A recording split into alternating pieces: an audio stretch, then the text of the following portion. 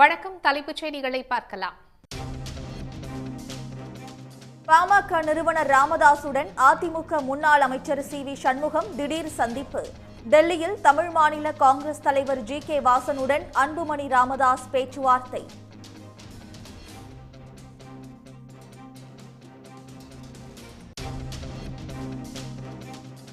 தமிழ்நாட்டில் பாஜக முதலில் நோட்டாவை வெல்லட்டும் என்று அதிமுக முன்னாள் அமைச்சர் ஜெயக்குமார் விமர்சனம். அதிமுக திமுக இடையே மட்டும்தான் போட்டி, பிற கட்சிகள் கணக்கில் இல்லை என வேலுமணி காட்டம்.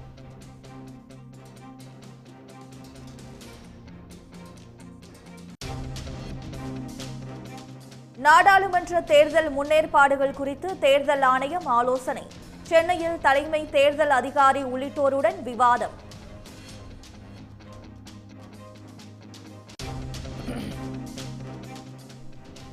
ஸ்பெயின் பயணம் பயனுள்ள வகையில் இருந்ததாக முதலமைச்சர் மு.க. ஸ்டாலின் மகிழ்ச்சி. நாளை தாயகம் திரும்பும் முதலமைச்சருக்கு உற்சாக வரவேற்பு அளிக்க ஏற்பாடு.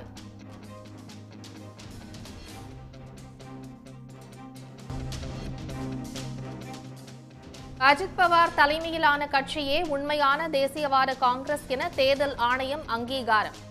கடிகாரம் சின்னத்தை பயன்படுத்திக் கொள்ளவும் ஒப்புதல்.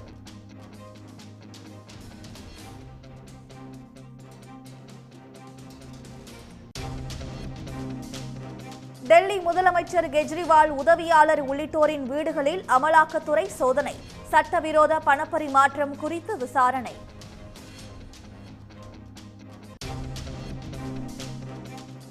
நாட்டின் வளர்ச்சி என்ற பெயரில் பழங்குடியினர் நிலங்கள் அபகரிப்பு. ஜார்க்கண்டில் நடைபெற்ற இந்திய ஒற்றுமை நீதி பயணத்தில் ராகுல் காந்தி குற்றச்சாட்டு.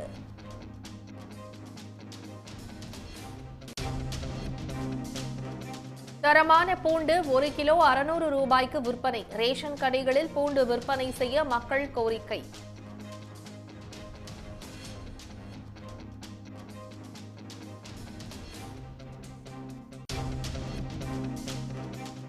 கோரமண்டல் போன்ற விதிகளை மதிக்காத நிறுவனங்களுக்கு தமிழ்நாட்டில் அனுமதி இல்லை. தென்மண்டல பசுமை தீர்ப்பாயத்தில் மாசு கட்டுப்பாட்டு வாரியம் உறுதி.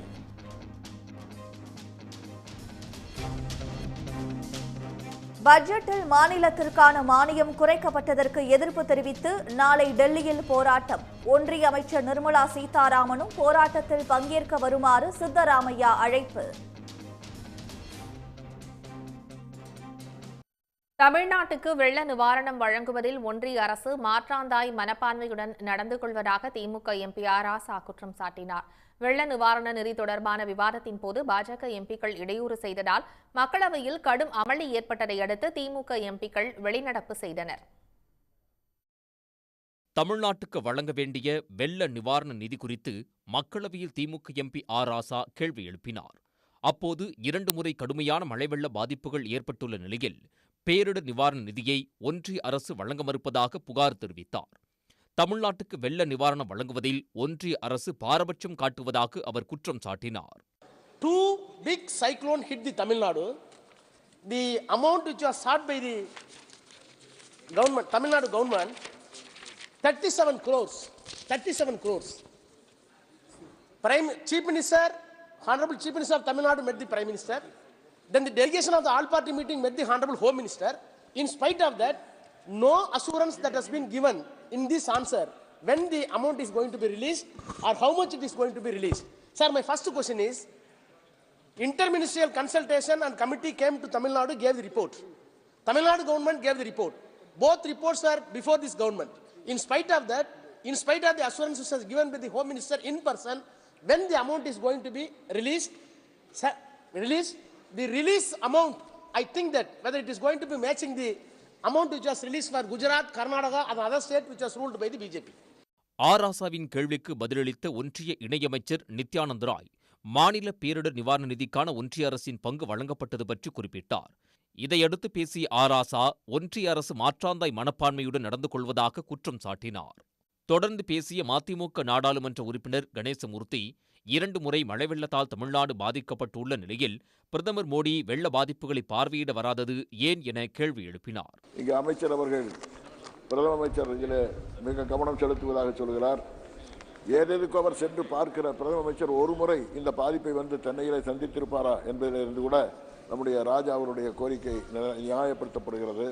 இதுபோன்ற பாதிப்புகளை ஒவ்வொரு ஆண்டும் சந்திக்கும் தமிழ்நாடு போன்ற மாநிலங்களுக்கு பாதிப்பை உடனடியாக சரி செய்வதற்கு ஏதுவாக நிலையான பேரிடர் பாதிப்பு நிதியை மத்திய அரசு ஒதுக்கிட வேண்டும் என்று என்னுடைய கருத்தை தெரிவித்துக் கொள்ள விரும்புகிறேன். தமிழ்நாட்டுக்கு வெள்ள நிவாரணம் கொடுக்காமல் புறக்கணிப்பதாக காங்கிரஸ் நாடாளுமன்ற உறுப்பினர் மாணிக்கம் தாகூரும் குற்றம் சாட்டினார்.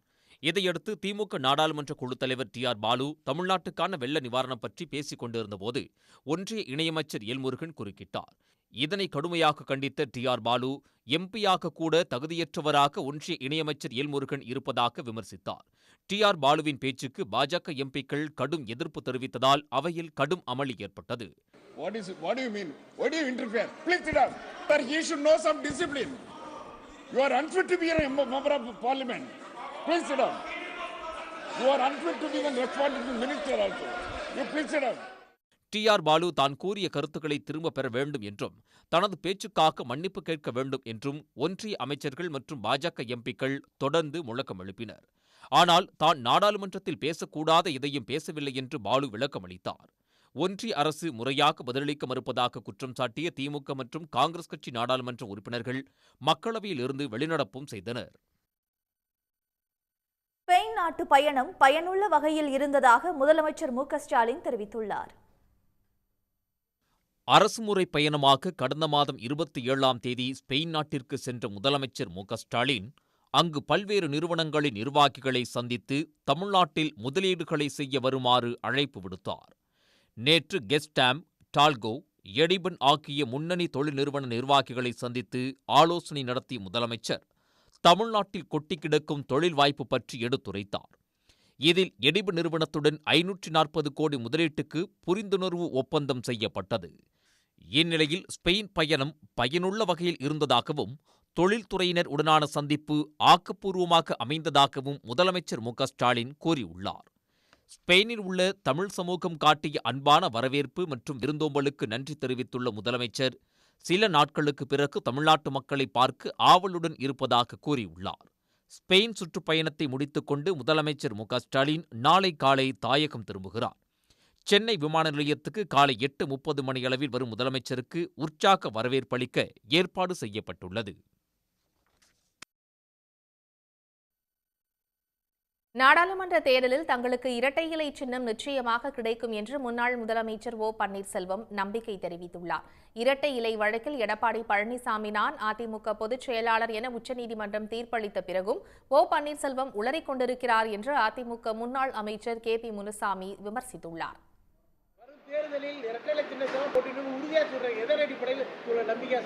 மக்கள் நம்பிக்கை வைத்திருக்கிறார்கள். வரும் தேர்தலில் குறுகிய காலம் இருப்பதால உங்க அணிக்கு இரட்டை இலை சின்னம் கிடைக்கவில்லை என்றால் எந்த சின்னத்தில் நாடாளுமன்றத்தில் போட்டியிட உறுதியாக நாங்கள் இரட்டை இலை சின்னத்தில் நிற்போம். உச்சநீதிமன்றத்திலிருந்து அனைத்து நீதிமன்றங்களும் அனைத்து இந்திய அண்ணா திராவிட முன்னேற்ற கழகத்துடைய பொதுச் செயலாளர் தான் எடப்பாடியார். அவருக்கு ஒதுக்கப்பட்டுள்ள சின்னம் தான் இரட்டை இலை சின்னம் என்று தீர்ப்பு வழங்கப்பட்டிருக்கிறது. அந்த தீர்ப்புக்கு பின்பும் கூட இப்படி உளறிக் கொண்டிருக்கிறார் என்று சொன்னால் யாரை ஏமாற்ற அவர் நினைக்கிறார் என்பது அவருக்கு தான் தெரியும். கேரள மாநிலம் அட்டப்பாடியில் உள்ள சைலண்ட் வேலி தேசிய பூங்கா இயற்கையை நேசிக்கும் சுற்றுலா பயணிகளின் சொர்க்க பூமியாக விளங்குகிறது. அது பற்றி விளக்குகிறது இந்த செய்தி தொகுப்பு. விண்ணை முட்டும் மரங்கள், அழகிய நீர்வீழ்ச்சிகள், ஓடைகள் என அழகை போர்த்தியிருக்கும் இந்த இடம்தான் சைலண்ட் வேலி.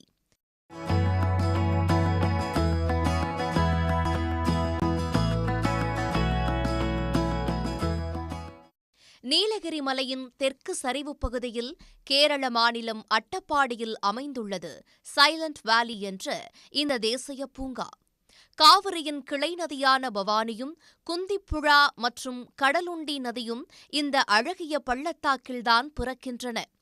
1989ஆம் ஆண்டு முதல் தேசிய பூங்காவாக அறிவிக்கப்பட்டு தூய்மையாக பராமரிக்கப்பட்டு வருகிறது இந்த பூங்கா. ஒரு நாள் பயணத்துக்கு வரதுக்கு ரொம்ப சந்தோஷம். நான் ஏதோ ஒரு பொழுதுபோக்காக தான் வந்தேன், ஆனால் ரொம்ப சந்தோஷமாக இருக்குது இந்த இடம். இந்த காட்டெல்லாம் பார்க்கும்போது ஒரு காட்டை பிரசவிக்கும் தாய் அப்படின்னு தான் இந்த இடத்த சொல்லணும். ரொம்ப அருமையான இடம். ரொம்ப இந்த மக்களும் ரொம்ப எதுவும் பிளாஸ்டிக்கெல்லாம் எரியாமல் சுத்தமாக மெயின்டைன் பண்ணுறாங்க. ரொம்ப அருமையான இடமா இருக்கு. அடர்ந்த மரங்கள், பச்சை பசேலென புல்வெளிகள், சிலுசிலுவென குளிர்ச்சி என இயற்கையின் மொத்த அழகும் காண கிடக்கும் இந்த சைலண்ட் வேலி சுற்றுலா பயணிகளின் சொர்க்க பூமியாக விளங்குகிறது. പാലക്കാട് ജില്ലയിലുള്ള ഈ സൈലന്റ് വാലി പ്രകൃതി ഭംഗി ആസ്വദിക്കുന്ന ആളുകൾക്ക് വളരെയേറെ ഇഷ്ടപ്പെടുന്ന ഒന്നാണ്. അത്രയും മനോഹരമായിട്ടാണ് ഇത് കാത്തു സൂക്ഷിച്ചിരിക്കുന്നത്. ഇവിടെ വന്നിട്ട് ഒരുപാട് ആസ്വദിച്ചു. 200 முதல் 500 ஆண்டுகள் பழமையான மரங்கள் இந்த பள்ளத்தாக்கில் இருப்பதால் மரங்கள் குறித்து ஆராய்ச்சி செய்யும் ஆர்வலர்கள் மற்றும் பள்ளி கல்லூரி மாணவ மாணவிகளும் சைலண்ட் வேலியை காண தவறுவதில்லை. இங்கே வந்ததுக்கப்புறமா தான் தெரிஞ்சது எனக்கு டூர் ப்ளஸ் எஜுகேஷன். இங்கே வந்ததுக்கப்புறமா தான் எனக்கு புரியுது எஜுகேஷனுக்கு இது ரொம்ப ஹெல்ப்ஃபுல்லாக இருக்குன்ட்டு. இங்கே வந்து நான் நிறைய கற்றுக்கிட்டேன். தண்ணி எப்படி மரங்கள் எடுக்குது, தண்ணி எப்படி உற்பத்தி ஆகுது எல்லாம் நான் தெரிஞ்சுக்கிட்டேன். இப்படி காட்டை எப்படி பராமரிக்கிறாங்க, மரங்கள் இப்படி நோய் வர்றதெல்லாம் நான் தெரிஞ்சுக்கிட்டேன்.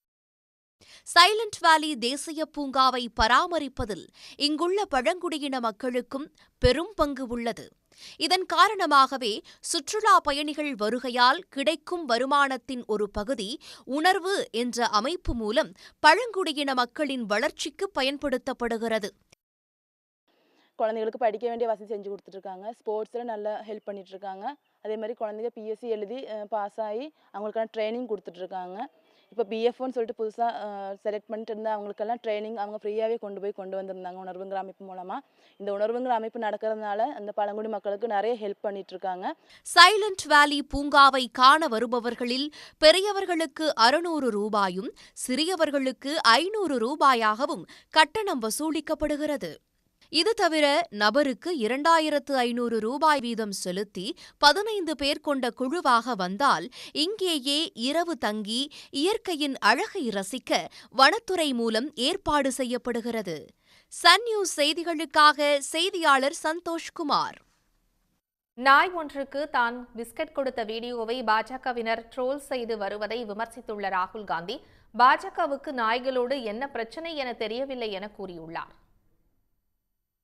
இந்திய ஒற்றுமை நீதிக்கான பயணத்தின் போது நாய் ஒன்றுக்கு ராகுல் காந்தி பிஸ்கட் வழங்கும் வீடியோ வெளியானது.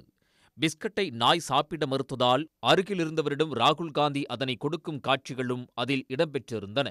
இந்நிலையில் ராகுல் காந்தி கொடுத்த பிஸ்கட்டை நாய் வாங்க மறுத்துவிட்டதால் நாய்க்கு கொடுக்கும் பிஸ்கட்டை காங்கிரஸ் தொண்டருக்கு ராகுல் காந்தி கொடுத்ததாக பாஜக ஐடி விங் ஒருங்கிணைப்பாளர் அமித் மால்வியா எக்ஸ் தளத்தில் விமர்சித்தார். மற்றொரு பாஜக நிர்வாகியான பல்லவி, அசாம் முதலமைச்சர் ஹிமந்த பிஸ்வா சர்மாவுக்கும் ராகுல் காந்தி நாய் பிஸ்கட் கொடுக்க முயற்சித்ததாக எக்ஸ் தளத்தில் பதிவிட்டார். இதற்கு பதிலளித்த ஹிமந்த பிஸ்வா சர்மா தான் அதை சாப்பிட மாட்டேன் என்று கூறி காங்கிரசிலிருந்து வெளியேறிவிட்டதாக எக்ஸ் தளத்தில் தெரிவித்தார்.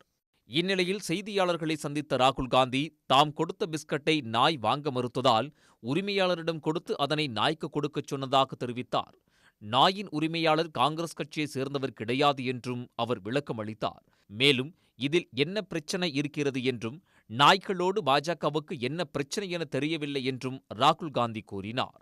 बिकॉज वो बिल्कुल घबराया हुआ था, कांप रहा था, और मैंने जब उसको बिस्किट दिया वो डर गया, तो मैंने उसको मालिक को दिया कि भैया आप दे दो, ये आपके हाथ से खा लेगा। फिर वो मालिक ने उसको दिया, वो खा गया। तो इसमें मतलब इशू क्या है? नहीं, सचमुच ये बीजेपी के लोगों को कुत्तों से ऑब्सेशन क्या है? कुत्तों ने क्या बिगाड़ा है? பிஸ்கட்டை நாய் வாங்க மறுத்ததை வைத்து பாஜகவினர் நேற்று முதல் ராகுல் காந்தி விமர்சனம் செய்து வந்த நிலையில் ராகுல் காந்தி விளக்கும் பிரச்சினைக்கு முற்றுப்புள்ளி வைத்துள்ளது. தேசியவாத காங்கிரஸ் கட்சியின் பெயர் மற்றும் சின்னம் அஜித் பவாருக்கே சொந்தம் என்று தேர்தல் ஆணையம் அறிவித்துள்ளது. மராட்டியத்தில் மகாபந்தன் கூட்டணியில் இடம்பெற்றிருந்த தேசியவாத காங்கிரஸ் கட்சியில் கடந்த ஆண்டு பிளவு ஏற்பட்டது. கட்சியின் தலைவர் சரத் பவாரின் அண்ணன் மகனான அஜித் பவார் கட்சியை உடைத்து 43 எம்எல்ஏக்களுடன் ஏக்நாத் ஷிண்டே தலைமையிலான அரசுடன் கூட்டணி அமைத்து துணை முதலமைச்சராகவும் பொறுப்பேற்றார்.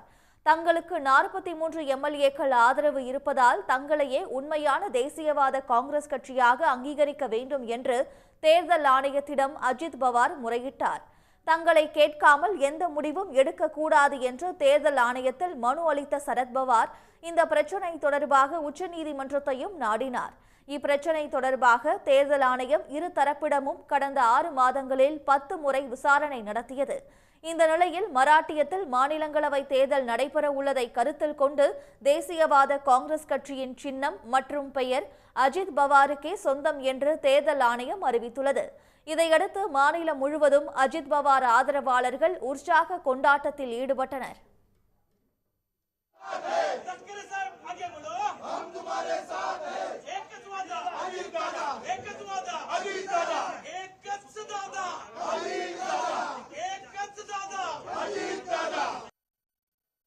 நாடாளுமன்ற தேர்தலுக்கான முன்னேற்பாடுகள் குறித்து தலைமை தேர்தல் ஆணைய அதிகாரிகள் சென்னையில் ஆலோசனை மேற்கொண்டனர். விரைவில் மக்களவைத் தேர்தல் நடைபெற இருப்பதையொட்டி மாநிலம் வாரியாக தேர்தல் முன்னேற்பாடுகளை இந்திய தேர்தல் ஆணையம் மேற்கொண்டு வருகிறது. அதன்படி தமிழ்நாட்டில் தேர்தலுக்கான தயார்நிலை குறித்து அறிய இந்திய தேர்தல் ஆணைய அதிகாரிகள் இருநாள் பயணமாக சென்னை வந்துள்ளனர். இந்நிலையில் தலைமைச் செயலகத்தில் இந்திய தேர்தல் ஆணையத்தின் துணை ஆணையர் அஜய் பது தலைமையில் ஆலோசனைக் கூட்டம் நடைபெற்றது. அதில் தேர்தல் ஆணைய முதன்மைச் செயலாளர் மலை மாலிக், தமிழ்நாடு தலைமை தேர்தல் அதிகாரி சத்யபிரதா சாஹூ மற்றும் தேர்தல் அதிகாரிகள் பங்கேற்று தேர்தலுக்கான முன்னேற்பாடுகள் குறித்து ஆலோசித்தனர். முதல் நாளில் வருமான வரித்துறை, சுங்க வரித்துறை, CISF போன்ற ஒன்றிய மற்றும் மாநில ஏஜென்சிகளுடன் ஆலோசனை மேற்கொள்ளப்பட்டது. இன்னைக்கு எலெக்ஷன் கமிஷன் ஆஃப் இந்தியாவிலேருந்து deputy election commissioner election preparedness தமிழ்நாட்டில் ஜென்ரல் எலெக்ஷன் லோக்சபாக்கா எப்படி இருக்கிறது அது ஆய்வு செய்யறதுக்கு வந்திருந்தாங்க. இன்னைக்கு ஃபாஸ்ட் கட்டத்தில் நாங்கள் அனைத்து enforcement agencies like income tax, customs, CISF, மற்ற central agencies, state agencies, GST அந்த மாதிரி போல் ஏஜென்சிஸ் எல்லாம் கூட டிஸ்கஷன் பண்ணிவிட்டு எலெக்ஷன் ப்ரிப்பேர்னஸ் எந்த வகையில் எலெக்ஷன் கமிஷனுக்கு ஒத்துழைப்பு கொடுக்கணும் அதெல்லாம் பற்றி ஒரு ப்ரிலிமினரி ரிவ்யூ இன்னைக்கு பண்ணியிருக்காங்க.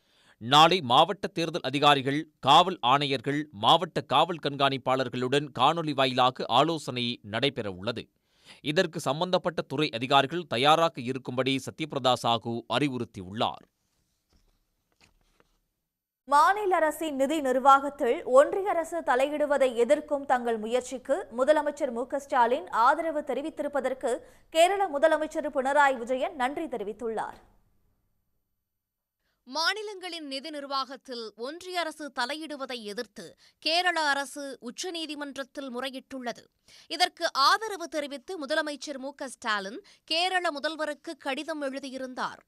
அதில் ஒன்றிய அரசு சில காலமாகவே மாநில அரசுகளுக்கு எதிராக இதுபோன்ற நடவடிக்கைகளில் ஈடுபட்டு வந்தாலும் கடந்த சில ஆண்டுகளில் நிலைமை வேகமாக மோசமடைந்துள்ளது என குறிப்பிட்டிருந்தார். மாநிலங்களின் நிதி நிர்வாகத்தில் உள்ள மறைமுக கட்டுப்பாடுகள் அகற்றப்பட வேண்டும் என்பதில் முற்போக்கான மாநிலங்களிடையே தெளிவான ஒருமித்த கருத்து உருவாகியுள்ளதாகவும் முதலமைச்சர் மு க ஸ்டாலின் அதில் கூறியிருந்தார்.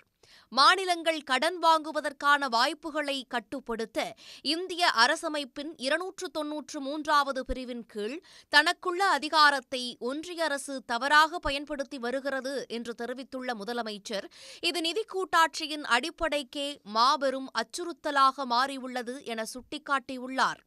தமிழ்நாட்டை பொறுத்தவரை ஒன்றிய அரசின் இத்தகைய நடவடிக்கைகள் மாநில அரசின் முன்முயற்சிகளுக்கு நிதி திரட்டுவதில் குறிப்பிடத்தக்க பின்னடைவை ஏற்படுத்தியுள்ளதாக புள்ளி விவரங்களுடன் மு க ஸ்டாலின் கோடிட்டு காட்டியுள்ளார். ஒன்றிய அரசின் தலையீட்டை எதிர்த்து உச்சநீதிமன்றத்தில் முறையீடு செய்துள்ள கேரள அரசுக்கு பாராட்டு தெரிவித்துள்ளதோடு இந்த முக்கியமான சவாலை எதிர்கொள்ள கேரள அரசின் நடவடிக்கைகளோடு தமிழ்நாடு அரசின் முயற்சிகளையும் ஒருங்கிணைத்துக் கொள்ள வேண்டும் என்று கடிதத்தில் முதலமைச்சர் மு க ஸ்டாலின் கேட்டுக் கொண்டுள்ளார். இந்நிலையில் தமிழ்நாட்டின் இந்த ஆதரவு கூட்டாட்சி தத்துவத்தை நசுக்க நினைக்கும் முயற்சிகளுக்கு எதிராக போராட உத்வேகம் அளிக்கும் என்று கேரள முதல்வர் பினராயி விஜயன் நன்றி தெரிவித்துள்ளார். ஜனநாயகத்தையும் அரசியலமைப்பின் மாண்புகளையும் காக்க இணைந்து பயணிப்போம் என்றும் அவர் எக்ஸ் தளத்தில் பதிவிட்டுள்ளார். சென்னை எண்ணூர் பகுதியில் அமோனியா வாயு கசிவுக்கு காரணமான கோரமண்டல் போன்ற விதிகளை பின்பற்றாத நிறுவனங்களை தமிழ்நாட்டில் செயல்பட அனுமதிக்க முடியாது என்று மாசு கட்டுப்பாட்டு வாரியம் தெரிவித்துள்ளது. கோரமண்டல் தொழிற்சாலையில் இருந்து அமோனியா வாயு கசிவு ஏற்பட்டது தொடர்பான வழக்கு தென்மண்டல தேசிய பசுமை தீர்ப்பாயத்தில் விசாரணைக்கு வந்தது. 25 ஆண்டுகளாக ஒரே குழாயில் அமோனியம் எடுத்துச் சென்றதே கசிவுக்கு காரணம் என விசாரணை குழுவின் முதற்கட்ட விசாரணையில் தெரியவந்துள்ளதாக மாசுக்கட்டுப்பாட்டு வாரியம் தரப்பில் தெரிவிக்கப்பட்டது. கோரமண்டல் நிறுவனம் விபத்துக்கான பொறுப்பை ஏற்க மறுப்பதாகவும் குற்றம் சாட்டியது. ஆலையில் பாதுகாப்பு நடவடிக்கையாக 35 தானியங்கி கருவிகள் உள்ளதாக கோரமண்டல் நிறுவனம் தரப்பில் சுட்டிக்காட்டப்பட்டது. இதனை பதிவு செய்த நீதிபதி புஷ்பா சத்யநாராயணா அமர்வு, முன்னெச்சரிக்கை விதிகளின்படி நிறுவனம் செயல்படவில்லையா, விபத்து ஏற்படும்போது தானியங்கி வசதி செயல்பாட்டில் இருந்ததா என்பது குறித்து கோரமண்டல் நிறுவனம் விளக்கமளிக்க உத்தரவிட்டு விசாரணையை வரும் 5ஆம் தேதிக்கு ஒத்திவைத்தனர். பசுமை தீர்ப்பாயம் விசாரணையை தள்ளி வைத்ததை அடுத்து கோரமண்டல் நிறுவனத்தை நிரந்தரமாக மூட வலியுறுத்தி நடைபெற்ற ஒருநாள் சாலை மறியல் மற்றும் கடையடைப்பு போராட்டத்தை மீனவ மக்கள் திரும்பப் பெற்றனர். இதே கோரிக்கையுடன் பெரியகுப்பம் பகுதியில் 42வது நாளாக போராட்டம் நீடிக்கும் நிலையில் இந்த போராட்டத்தை தொடர்ந்து நடத்துவோம் என்றும் அவர்கள் கூறினர். நிரந்தரமா இந்த ஆலயம் மூடுற அறிவிப்பு வர்ற வரைக்கும் இந்த போராட்டம்ன்றது மக்கள் போராட்டம் இந்த இடத்துல தொடரும். அடுத்த தலைமுறைக்கு நல்லது ஒரு காற்று கிடைக்கவும், நல்லது ஒரு குடி தண்ணீர் கிடைக்கவும், சுற்றுச்சூழல் எங்களுக்கு நல்லதா இருக்கணுன்றதுக்காக அடுத்த தலைமுறையை ஆரோக்கியமான எண்ணூரை ஒப்படைக்கணும். அது இந்த தலைமுறை இதை போராடி பெற்று தரணுன்றதுக்காக தான் நாங்கள் போராடணும். முன்னதாக மீனவ மக்களுக்கு ஆதரவாக போராட்டத்தில் பங்கேற்க சென்ற நாம் தமிழர் கட்சி நிர்வாகிகளை அவர்கள் திருப்பி அனுப்பினர். தங்களுக்கு அரசியல் கட்சிகள் ஆதரவு வேண்டாம் என்றும் போராட்டக்காரர்கள் தெரிவித்தனர். வரத்து குறைந்து பூண்டு விலை கிடுகிடுவென உயர்ந்து வருவதால் மக்கள் கவலையடைந்துள்ளனர். கோவையில் 1 கிலோ பூண்டு 600 ரூபாய் வரை விற்பனையாகும் நிலையில் ரேஷன் கடைகளில் விற்க நடவடிக்கை எடுக்க வேண்டும் என்று இல்லத்தரசிகள் வலியுறுத்தியுள்ளனர். சமையலுக்கு தேவைப்படும் அத்தியாவசிய பொருட்களில் ஒன்றான பூண்டு விலை புதிய உச்சம் தொட்டுள்ளது. குறிப்பாக கோவை சந்தைக்கு இமாச்சல், மத்திய பிரதேசம், குஜராத் உள்ளிட்ட மாநிலங்களில் இருந்து நாள் ஒன்றுக்கு 100 டன்னுக்கும் அதிகமாக பூண்டு வரத்து இருக்கும். ஆனால் தற்போது 40 டன் மட்டுமே வரத்து உள்ளது. இதனால் பெருவெட்டு என்ற பூண்டு 1 கிலோ 600 ரூபாய் வரை விற்பனை செய்யப்படுகிறது. விலை உயர்வால் வழக்கமாக 2 கிலோ பூண்டு வாங்கும் பெரும்பாலான மக்கள் அரை கிலோ மட்டுமே வாங்கிச் செல்கின்றனர். விலையை கட்டுப்படுத்த ரேஷன் கடைகளில் பூண்டு விற்க நடவடிக்கை எடுக்க வேண்டுமென இல்லத்தரசிகள் வலியுறுத்தியுள்ளனர்.